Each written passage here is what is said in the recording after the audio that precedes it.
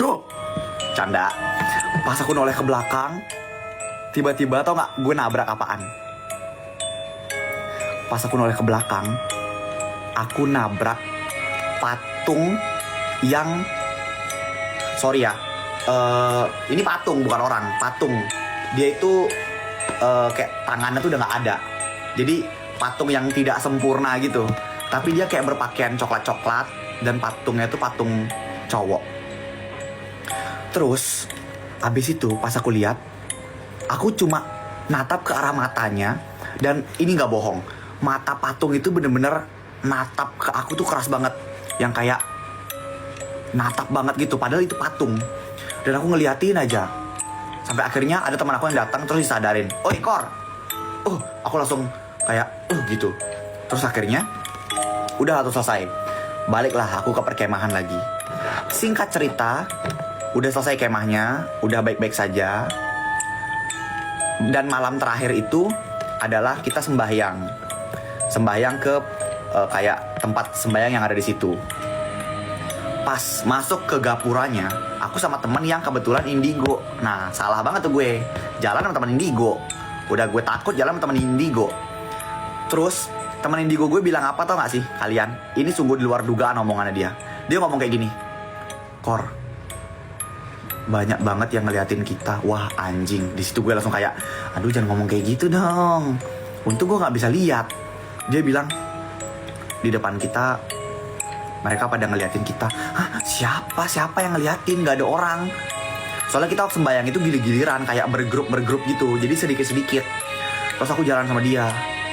Terus yang kayak, "Awas Kor, jangan sampai nabrak, bilang permisi," gitu. Aduh, nabrak siapa? Masalah gue gak bisa lihat nih. Gue kan gak bisa lihat. Terus di depan tuh yang kayak kosong, gue gak ngeliat ada siapa-siapa. Akhirnya ya udah sembahyang. Terus aku keluar. Udah selesai. Keesokan harinya aku pulang.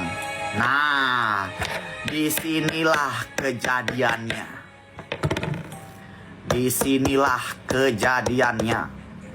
Pas aku pulang, semenjak aku pulang dari situ, setiap malam aku selalu mimpi didatengin sama si patung yang nggak ada tangan. Aduh merinding.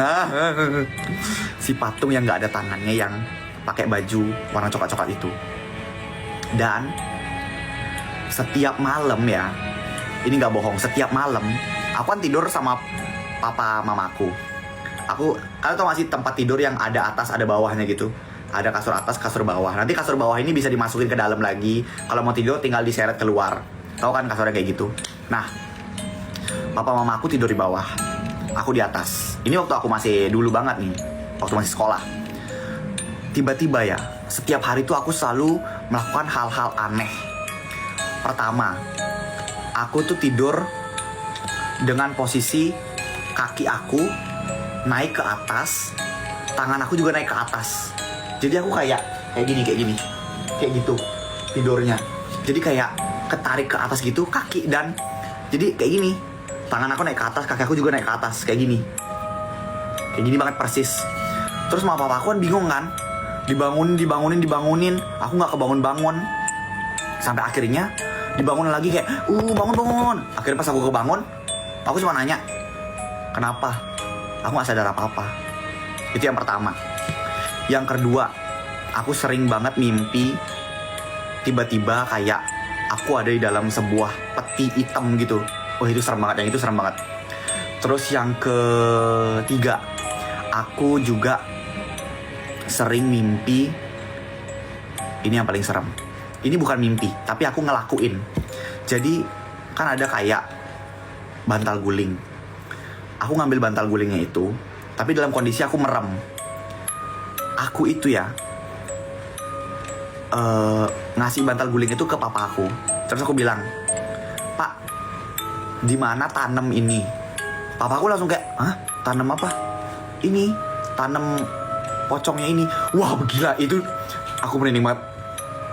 Aku awalnya gak percaya, karena aku gak sadar waktu aku ngelakuin itu. Aku diceritain sama papa aku pas udah kebangun, kayak, "Ngapain tadi kayak gini, ngapain tadi kayak gitu?" "Emang ngapain?" "Yang ngelakuin ini," diceritain lah. Terus juga aku tuh kayak bertingkah kayak hewan gitu loh pas tidur. Jadi aku kebangun, terus aku posisinya kayak yang merangkak gitu, merangkak di atas kasur. Itu aku sering kayak gitu. Itu aku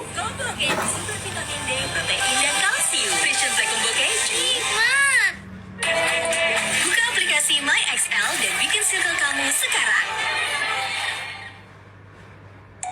lanjut. Maaf ya iklan, nggak premium YouTube gue, maaf. Nah, terus pas udah banyak kejadian-kejadian itu, akhirnya aku pun dibawa ke orang pinter. Di situ aku ditanyain, ini anak saya kenapa ya kok kayak begini? Dan juga aku setiap sakit aku selalu kambuh kayak gitu. Itu udah berbulan-bulan. Sampai akhirnya baru ditanyain. Nah, pas ditanyain, dibilanglah kalau ternyata ada yang ngikutin aku dari lokasi aku kemah. Jedeng deng deng deng deng deng deng deng deng deng deng deng deng. Di situ aku benar-benar shock banget, yang kayak what the, hah? Masa iya sih? Sampai akhirnya aku kayak disembahyangin, aku didoain yang baik-baik, terus dikasih kayak semacam apa gitu, katanya taruh di depan kamar, ditaruh di sekitar rumah dan sebagainya. Semenjak itu hilang.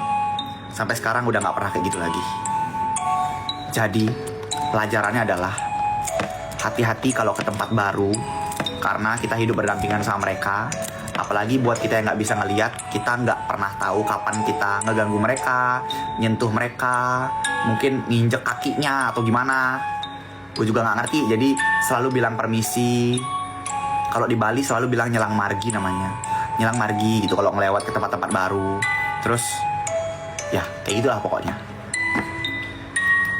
Sampai akhirnya sekarang udah nggak pernah kayak gitu lagi sih.